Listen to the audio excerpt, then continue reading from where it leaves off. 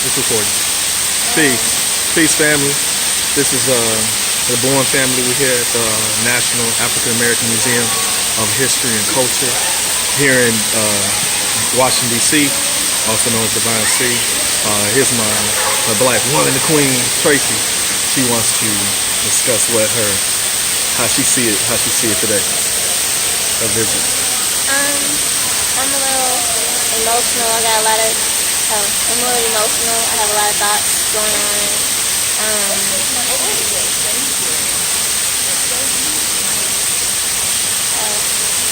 Everything is intentional. I know I have a lot of work to do personally in my community. Okay. You want to start over? Yes, I need my tablet. Oh, let's keep it real. I need my tablet. No I editing. know I have a lot of work to do in my own community. I can't run away from the problems in my community. Right. What do you think about the exhibit? I think the exhibit was intentional in a lot of ways. Can you go deeper? There are two levels showing division among our people, and there's one section on a level showing unity, and I know for sure that was intentional. I'm a little angry. I have no guilt though, and I tell my children, I'll teach other people, especially people of color, you belong wherever you go. Nobody ever has the right to tell you where you can't be, because our debt has been paid, over and over and over again. The debt has been paid. So, that's it. Peace. Hey, Justice. Yes, sir. Justice, brother. What's your viewpoint on how you see this museum? What are your thoughts? I think it's a well-planned, well-designed museum. Like my mother said, I feel kind of emotional about the pictures and the way that white people treated us and how they still treat us today. Even though we paid them 400 years of hard work, with our blood, sweat, and tears, we have paid that debt, and they still haven't paid us back. Also, like she said, there's two levels of division, there's slavery, and there's only one division, there's only one level of unity, and I wish there was more levels of unity. Peace. Alright, and the youngest queen, Sapiens, alright, this your first time, all our first time here to DC, and we here at the as they're saying, the historic National African American Museum for History and Art and Culture. Pardon yourself. What do you feel about today's visit?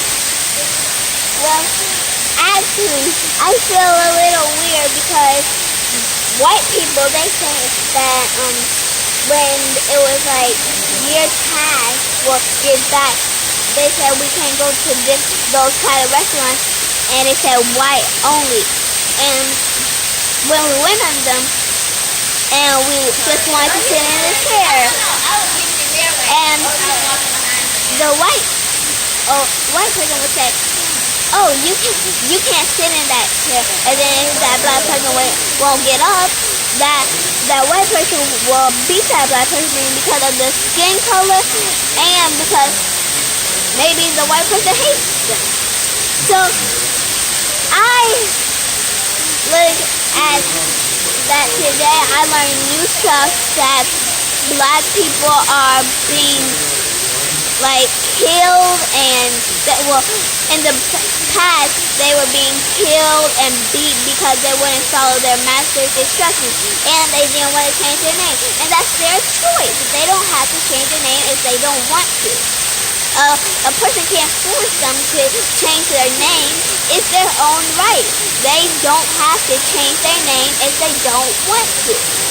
So basically, I have learned today that we are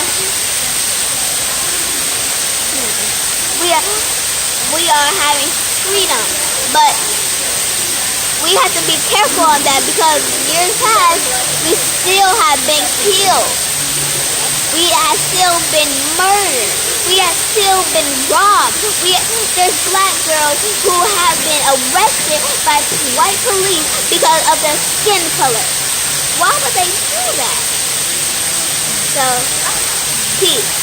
Peace. All right, peace. Peace, family. It's Power Born. I'm here with my family, obviously. You've heard all their viewpoint. I'm gonna be simple with it, short, and just like the Earth has said earlier about things being intentional. There's a lot of symbolism. Let me stand up. There's a lot of symbolism that if you are not intellectually initiated to understand what you are viewing, it will go right over your head. Even before you travel here, if you decide to make this journey, look at who the founding donors are for this museum. There's a story in there. There's a story right there. Number two, once again, we start with just before, as they were preparing and building the Mid-Atlantic slave trade, they go into that, and then they go into the slavery, then they go into the black codes, the Jim Crow laws, all of that. And then you come across one section where we talk about black unity, different factions of black unity. I mean, you take, for example, the Nation of Islam. They got a TV, a little small 17-inch TV, a little two-sided glass of diploma, Muhammad University of Islam diploma, and a couple of pictures, and a FOI uniform. But therein lies one of the greatest examples of black unity and what black empowerment truly is. And they literally got, if we was just to make an analogy, they literally got 1 minute within a whole hour of this museum. That's not right and exact. So I will that my people are educated when they approach it, because you should come see it. You should come see this, but come educated. So that's all I got to say. As my brother Saladin Allah always says, I will that this was inspiring. May you be motivated to study your history. Come here, do the knowledge. When we're doing the knowledge, we look, listen, observe, and respect. But make sure you're educated about what you're seeing, my people. No matter what you are, black, brown, yellow, red, or white. You know what I mean? Come and learn and see it. And see. May you be able to see in between the lines. All right. Peace. Wait, hold on. This is May 4th, 2017. I want to do